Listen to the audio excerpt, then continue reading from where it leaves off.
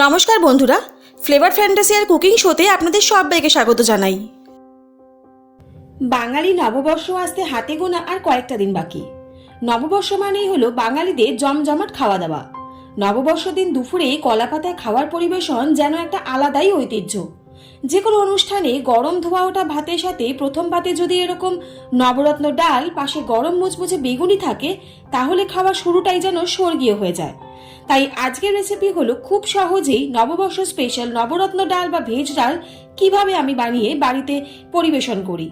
বেগুনির recipe already আমার চ্যানেলে দেওয়া আছে, ডেসক্রিপশন বক্সে লিংক দিয়ে দেবো, চেক করে নিতে পারবেন।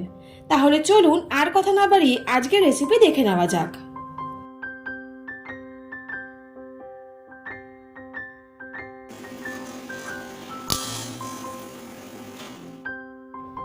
প্রথমে কড়াইটা খুব ভালো করে গরম করে গ্যাসের ফ্লেম মিডিয়াম রেখে এক বাটি মুগ ডাল দিয়ে দিলাম। মুগ ডালটাকে এবারে প্রায় 4 থেকে 5 মিনিটের মতন গ্যাসের ফ্লেম মিডিয়াম রেখে খুব ভালো করে ড্রাই রোস্ট করে নিতে হবে।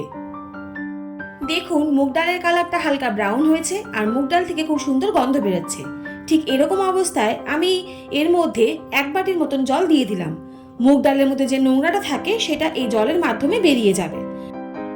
জলটা খুব ভালো করে ছেঁকে নিয়ে এর মধ্যে আমি প্রায় 2.5 বাটির মতন জল দিয়ে দিলাম মুগ ডালটা সেদ্ধ হওয়ার জন্য। জলটা দিয়ে মুগ ডালটাকে সেদ্ধ হওয়ার জন্য প্রায় 4 থেকে 5 মিনিটের মতন গ্যাসের ফ্লেম মিডিয়াম রেখে রান্না হতে দিলাম। 4-5 মিনিট জলটা টকবক করে ফোটার পর দেখুন মুগ ডালটাও সেদ্ধ হয়ে এসেছে আর আমাদের জলটাও শুকিয়ে গেছে। এরকম অবস্থায় এর মধ্যে দিয়ে দিলাম পরিমাণ মতো লবণ, 1 টেবিল স্পুন হলুদ গুঁড়ো। লবণ আর হলুদ গুঁড়ো দিয়ে মুগ ডাল সেদ্ধর সাথে খুব ভালো করে একবার ফেটিয়ে নিতে হবে। মুগ ডালটা খুব বেশিক্ষণ ফাটানোর প্রয়োজন নেই, কারণ এরপরে যখন মুগ ডাল সেদ্ধ করতে দেব বা সবজির সাথে মুগ ডালটা সেদ্ধ হবে তখন কিন্তু তাহলে মুগ ডালটা ওভারকুক হয়ে যাবে। মুগ ডালটা খুব ভালো করে ফেটানোর পর এর মধ্যে আমি এবার মুগ ডালটা সেদ্ধ হওয়ার জন্য পরিমাণ মতন জল দিয়ে দিলাম। জলটা দিয়ে মুগ ডালের সাথে খুব ভালো করে একবার মিশিয়ে নিতে হবে। এর মধ্যে আমি এবার 4-5টা চেরা কাঁচা লঙ্কা দিয়ে দিলাম আর মুগ ডালটাকে প্রায় 10 মিনিটের মতন সেদ্ধ হতে দিলাম। এবারে অন্য একটা কড়াইতে সবজিগুলো ভাজার জন্য কড়াইতে প্রথমে পরিমাণ মতন সর্ষের তেল দিয়ে দিলাম। সর্ষের তেল খুব ভালো করে গরম হয়ে গেলে ফোড়নে দিয়ে দিলাম তেজপাতা, শুকনো লঙ্কা এবং 5 ফোড়ন। ফোড়নে সুন্দর একটা গন্ধ বেরালে এর মধ্যে সব সবজিগুলোকে দিয়ে দিতে হবে। সবজিগুলো দিয়ে তেলের মধ্যে প্রায় 5 থেকে 7 মিনিট খুব ভালো করে একবার ভেজে নিতে হবে। এবার এর মধ্যে দিয়ে দিয়েছি পরিমাণ মতো লবণ, 1 টিস্পুন হলুদ গুঁড়ো। লবণ এবং হলুদ গুঁড়ো দিয়ে সবজিগুলোকে আরও 3 থেকে 4 মিনিট ভেজে নিতে হবে।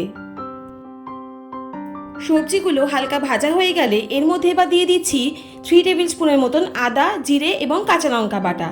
আমি এই সব কিছু একসাথে বেটে নিয়েছিলাম। এই বাটা মশলার সাথে সবজিগুলোকে খুব ভালো করে কষিয়ে নিতে হবে। আমি এখানে বাটা মশলা ইউজ করেছি, আপনারা কিন্তু এখানে জিরের গুঁড়ো ইউজ করতে পারেন।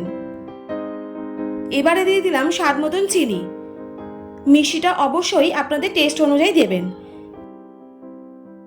চিনিটা দিয়ে সবজিগুলোকে আমি আরও কিছুক্ষণ কষিয়ে নিচ্ছি। অন্যদিকে দেখুন আমাদের মুগ ডালটা সেদ্ধ হয়ে গেছে। এবারে ওই ডালের মধ্যে আমি এই সবজিগুলোকে দিয়ে দিচ্ছি। মুগ ডালটা এখানে একটু বেশ পাতলাই রেখেছি। যদি আপনাদের সেদ্ধ করার সময় ঘন হয়ে যায় তাহলে আপনারা জল কিন্তু অ্যাড করতেই পারেন। আমি এখানে আর জল দেব না। মুগ ডালের মধ্যে সবজিগুলো দিয়ে আমি আর প্রায় 2 থেকে 3 মিনিটের মতো রান্না হতে দেব। এবার এর মধ্যে দিয়ে দিলাম 1 টেবিল স্পুন ঘি আর 1 টেবিল স্পুন গরম মশলা গুঁড়ো। আর সবশেষে দিয়ে দিলাম ভাজা মশলার গুঁড়ো। এই ভাজা মশলার রেসিপি ডেসক্রিপশন বক্সে লিংক দিয়ে দেবো, অবশ্যই আপনারা দেখে নিতে পারবেন। তাহলে আমাদের আজকের রেসিপি অনুষ্ঠান বাড়ির মতন বা নববর্ষ স্পেশাল ভেজ ডাল বা নবরত্ন ডাল একদম রেডি। শুধুমাত্র কলা পাতায় গরম গরম ভাতের সাথে পরিবেশনের অপেক্ষা। আজকের রেসিপিটা আপনাদের কেমন লাগলো অবশ্যই কিন্তু কমেন্ট করে জানাবেন। আর যদি ভালো লাগে তাহলে চ্যানেলটা please like, share and subscribe করতে ভুলবেন না। আর পাশে থাকা বেল আইকনটা অবশ্যই প্রেস করে দেবেন, যাতে এরকম নিত্য নতুন রেসিপি আপনাদের কাছে সবার প্রথম চলে যায়। সবাই সুস্থ থাকুন, ভালো থাকুন। অনেক ধন্যবাদ পাশে থাকার জন্য। দেখা হচ্ছে নববর্ষ স্পেশাল নেক্সট এপিসোডে। ততক্ষণের জন্য টাটা।